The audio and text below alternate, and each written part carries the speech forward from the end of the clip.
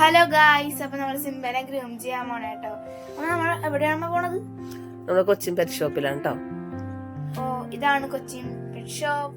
നമ്മൾ കൊച്ചിൻ പെറ്റ് ഷോപ്പാണ്. നമ്മുടെ പനമുണ്ടാകുള്ള കൊച്ചിൻ പെറ്റ് ഷോപ്പാണ്. അവിടെ നമുക്ക് ക്യാറ്റ്സിനും ഡോഗ്സിനൊക്കെ സ്പാ ഒക്കെ ചെയ്യും, ഗ്രൂം ചെയ്യും, എല്ലാം ചെയ്യും കേട്ടോ. പിന്നെ അവരുടെ പ്രോഡക്റ്റ്സ് ഒക്കെ ഉണ്ട്, കുറച്ച് ഐറ്റംസ് ഒക്കെ, ഫ്ലോറിംഗ് ക്ലീനറും ഷാമ്പൂ അങ്ങനെയുള്ളതൊക്കെ. അവർ നമുക്ക് നല്ല ഫ്രണ്ട്ലി ആയിരുന്നു. നമ്മുടെ സിംബ റെഡി ആയിട്ട് നിൽക്കുന്നതാണ്, പോകാനായിട്ട് റെഡി ആയിട്ട് നിൽക്കുന്ന ആള്. അപ്പോൾ അതിൻ്റെ അകത്തേക്ക് കയറ്റുവാണ്. കയറി കഴിഞ്ഞപ്പോൾ അവർ ചെക്ക് ചെയ്യാൻ വേണ്ടി നമ്മുടെ സിംബനെ ഹെയറൊക്കെ ഒന്ന് ചെക്ക് ചെയ്യാൻ വേണ്ടി എടുത്തേക്കാണ് കേട്ടോ.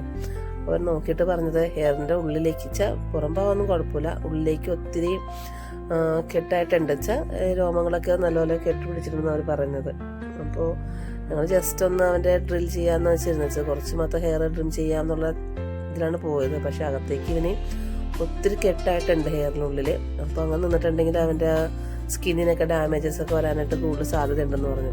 അപ്പോൾ അതുകൊണ്ട് ഫുള്ളായിട്ട് ഹെയർ കളയാമെന്നുള്ള ഒപ്പീനിയൻ എടുത്തു. അങ്ങനെ ഫുൾ ഹെയർ, അങ്ങനെ സിംബയുടെ ഹെയർ മൊത്തം നമ്മൾ കളയാം കേട്ടോ. കാരണം വെച്ചാൽ ഇനി അവൻ്റെ സ്കിന്നിന് കേടൊന്നും വരാൻ പാടില്ലല്ലോ. അപ്പോൾ അതുകൊണ്ട് കളയാൻ ചിന്തിച്ചോട്ടെ. സിംബ ആകെ പേടിച്ചിരിക്കണേണ്. ആദ്യമായിട്ടാണ് അവനിങ്ങനെ ഒരു സ്ഥലത്ത് പോകുന്നത്. നമ്മളെ കൂടുതലായിട്ട് അവനെ ചെയ്തിരുന്നത് വെച്ചാൽ ക്ലീനിങ് ഒക്കെ നമ്മൾ വീട്ടിൽ തന്നെ ചെയ്തിരുന്നത്.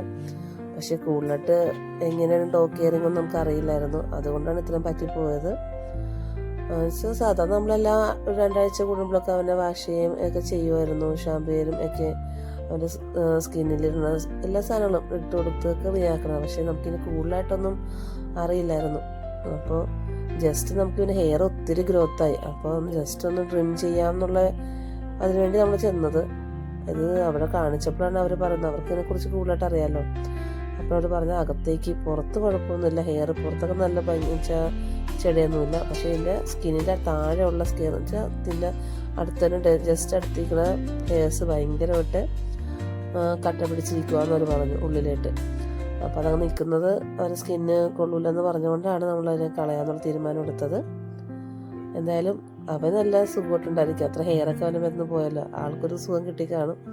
ശരീരത്തിൽ അത്ര ഹെയർ പോയപ്പോഴും നിങ്ങളിത് കാണണം കേട്ടോ. സിംബയുടെ ഹെയർ പോയിക്കേണ്ടുള്ള അവസ്ഥ എന്താണെന്ന് നിങ്ങൾ കാണിച്ചു തരാം. ഇത് ഫുള്ളൊന്ന് ഹെയർ കഴിയട്ടെ. അവന് ഇടയ്ക്കൊക്കെ ആകെ ഒരു ഇതാകുന്നുണ്ടായിരുന്നു, കാരണം ആദ്യമായിട്ടൊരു സ്ഥലത്തല്ല വന്നേക്കുന്നത്.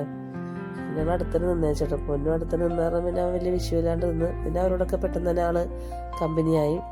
പിന്നെ അവരാണെങ്കിൽ അത്യാവശ്യം നന്നായിട്ട് ട്രീറ്റ് ചെയ്യുന്നുണ്ടായിരുന്നു കേട്ടോ. നല്ല ഫ്രണ്ട്ലി ആയിരുന്നു. ഇപ്പോൾ ഡോഗ്സിനോടൊക്കെ ആണെങ്കിൽ നല്ല ഫ്രണ്ട്ലി ആയിരുന്നു. അത് കാരണം സിംബ പെട്ടെന്ന് തന്നെ അവരോട് ഇണങ്ങി. ആള് എല്ലാം കോപ്പറേറ്റ് കൊടുക്കുന്നുണ്ടായിരുന്നു, നിന്ന് എല്ലാം ചെയ്യാനായിട്ടൊക്കെ നിന്ന് കൊടുക്കുന്നുണ്ടായിരുന്നു. വിഷയമൊന്നുമില്ല. അവരോട് നന്നായിട്ട് ഇണങ്ങിയൊക്കെ ചെയ്തു. ഫുൾ ഹെയർ അവൻ്റെ കളയുവാണ്.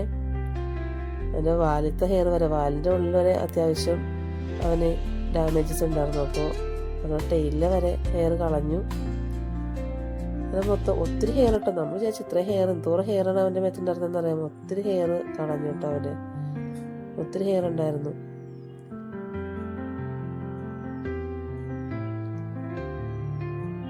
പിന്നെ വേറെ അവൻ്റെ മേത്ത് അവന് പുറത്തൊന്നും അധികം അങ്ങനെ ഇറങ്ങാത്തതുകൊണ്ട് വേറെ ചെള്ളിൻ്റെയോ അങ്ങനെ എന്തോ ഒന്നും തന്നെ അവൻ്റെ മേത്തുണ്ടായിരുന്നില്ല കേട്ടോ. ആളാകെ വേറെ കുഴപ്പങ്ങളൊന്നും ഉണ്ടായിരുന്നില്ല.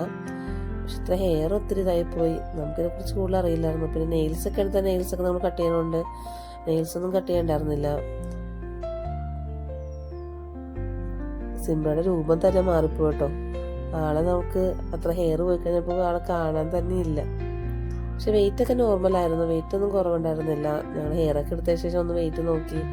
ഞങ്ങൾ ലാസ്റ്റ് നോക്കി അവനെ അത് അവരുടെ ഹെഡിൻ്റെ അവിടെയൊക്കെ നല്ലപോലെ നല്ല ഭംഗിയാക്കി. വാലിനകത്താണെങ്കിൽ ഒരു ബുഷി പോലെ നല്ല ഭംഗിയായിട്ട് വെച്ചിട്ടുണ്ട് കേട്ടോ. വാലിൻ്റെ തുമ്പത്ത് നല്ല രസമുണ്ടായിരുന്നു കാണാനായിട്ട്. പക്ഷെ ആള് ആകെ രൂപം മാറിപ്പോയി. ഇനിയൊരു 3 to 4 months ഒക്കെ എടുക്കും ഈ ഹെയറൊക്കെ നോർമലേക്ക് ആകാനായിട്ട്. പിന്നെ അതുമാത്രമല്ല, നമ്മൾ അവൻ്റെ ഇയേഴ്സിൻ്റെ ഒക്കെ ഉള്ള ക്ലീൻ ആക്കിയായിരുന്നു.